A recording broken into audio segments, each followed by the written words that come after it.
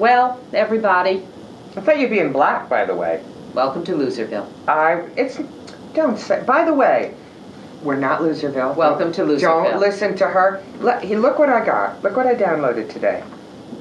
In the past decade, Boston has had 3 Super Bowls, 4 teams, 7 championships. New York has had 9 teams, 3 championships.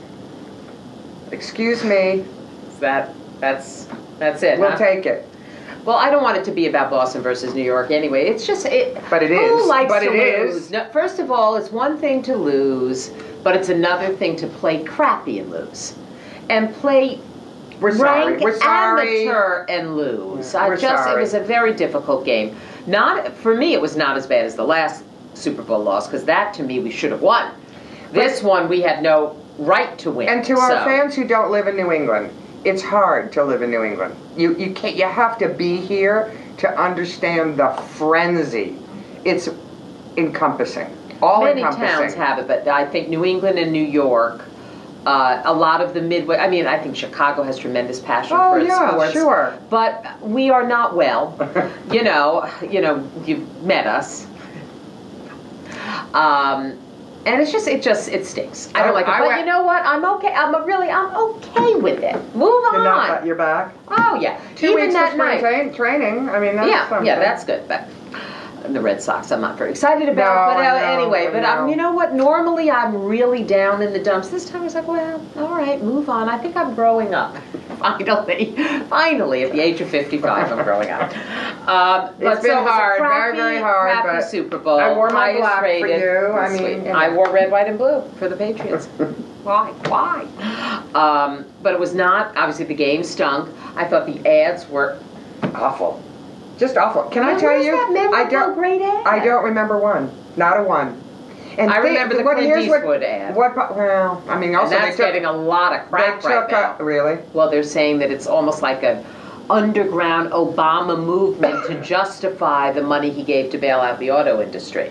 Because really that ad was all about, we're back, Detroit is strong, the auto industry is doing well. It was a Chrysler ad. It was a Chrysler ad. And so the Republicans are wrong. You know the Republicans. You're crazy. Well, they're You're nuts. Talk about nuts. Seriously. But so they're saying, that was just all about. But you know what Obama. bothers me is that so much money goes into every one of those ads. And then you add them all up.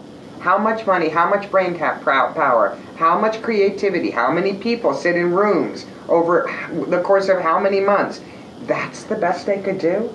They were awful. They were awful. How many times do you say it's over and you turn to whomever you're sitting with in that living room? What was that for? What was that for? How many times did you say that? Oh my God, so many times this year. I mean, it was like every one of them was like, was that for Samsung? Or and was fat dogs. That was the only yeah. one I kind of sort of remember was the fat dog who couldn't get through the thing. And Volkswagen. Which, that was cute. That was kind of cute. It was wasn't memorable. It wasn't typical of they really do outstanding work. Yeah. And that was just, I'm sorry, I thought they were all I'm trying awful. to remember. The highest one rated one, the USA Today brand. Neither. And it was the Doritos one that was created by one of, how they have people. Regular people. Yeah, regular people. It was like a $200 ad. I rest my What does that case. tell you? Although I did not like the Dorito one with the baby and like the bungee. And then she lets it go and he grabs the Doritos. I mean, it's just like, come on. That's clever. It was that's not good. impressive. I was moved by. I always liked the Clydesdales one. I thought that was really good production. Yeah, that is a good production. Again, it's Budweiser, it's Anheuser-Busch. Yeah. You expect it. But there It's was got to no be winner. fabulous. But what was a winner?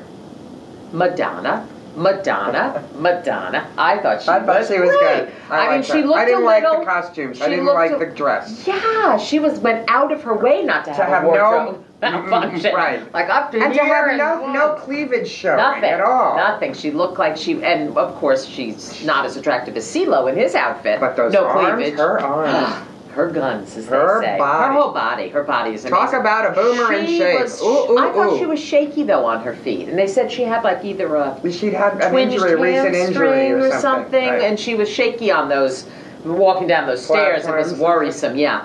But I thought her performance was excellent. Highest rated halftime performance in Ever. a Super Bowl of all And time. can I tell you, I Yeah. liked the way she conducted herself the week before. Great in the news interviews. conference. I thought she had great, news conference. I Yep. thought her answers were fun and clever. I thought she did a phenomenal job. I didn't like the rest of the show. I don't particularly like Nicki Minaj, but all right.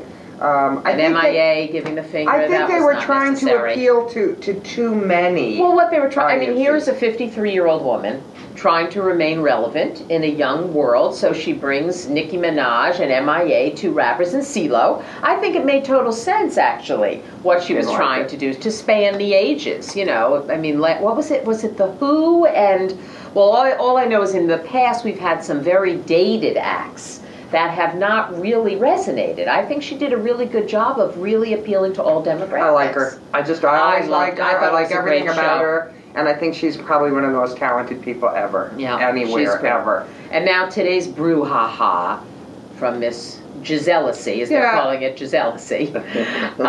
Giselle Bundchen let herself let I like her her. feelings be known. I like her. And got caught on camera. She's only human. Come on. She's married. She's mad about the man. She was defending him. I think it was somewhat inappropriate, especially in light of the way the Patriots conduct themselves and sort of the understanding amongst anybody connected to the team that you don't go public, number one, and you certainly don't badmouth your teammates ever under any circumstances. And they're trained, and I think some fan yelling at her just got to her. And I don't. I mean, she don't blame her. definitely She's showed that defending she her was man. human. Yeah, no, I hear you, and I think you're right. I really do. If she had done it in a news conference, Yeah, she didn't call a news conference. No, she was caught. And by the She got way, you've caught. never heard from her before, so it's not like she does this all the time. No. It was the emotion of the moment Yeah. where she's like, the hell with it. I'm sure Tom I'm is fighting not happy. back. No, I'm sure he's not. No. But it will blow over. And let's not forget who Giselle Bundchen is. She is a brand in her own. She's own a right. brand, and she probably participates in the least team sport in the world. Supermodel. The most narcissistic sport Supermodel. around. I mean, she doesn't even know what it's like to be part of a team.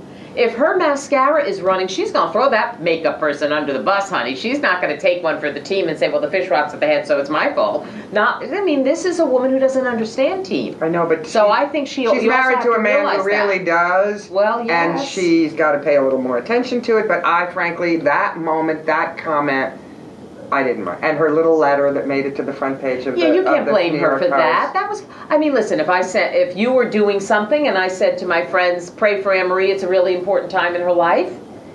Big deal. That's a bad thing? It's a sweet thing. I thought that letter was totally sweet. And who leaked it to the New York Post? Myra took the night off, is what happened. Yeah, I kept tweeting, someone wake Myra up. Please, God, set her alarm. Where is she? Myra! Yeah, well, it was a crappy game. And honestly, of all the things about the game, for me, I know I'm not as big of a sports fan as you are. I'm definitely a fair weather sports fan. That was the saddest part, is that they so wanted to do it for Myra. And that opportunity is gone. It's just yes, gone. It is. You can't do it next year for Myra. No, you can't do it a year after a death, really. No. She can't die again. We're moving on, right? Yes, we're moving on. We're moving on. Yeah, of course. It's just sports. I really, I'll be honest with you. There have been times in my life, and you've known me a long, long time, when Aaron Boone hit that home run, I really was in a coma, depressed for days. Yeah. Days. It really hurt. And then I realized, you need to get a life. Janet, what's wrong with you? And that's how they've been analyzing. Fans who really cannot get over it really need to get a life. And it just shows, and now I feel like maybe I must have a life because I'm not that affected by it. Maybe I have a life. No, I don't know. You've been a little grumpy, so. Well, that's just because you are who you are. And everything you say makes me crazy.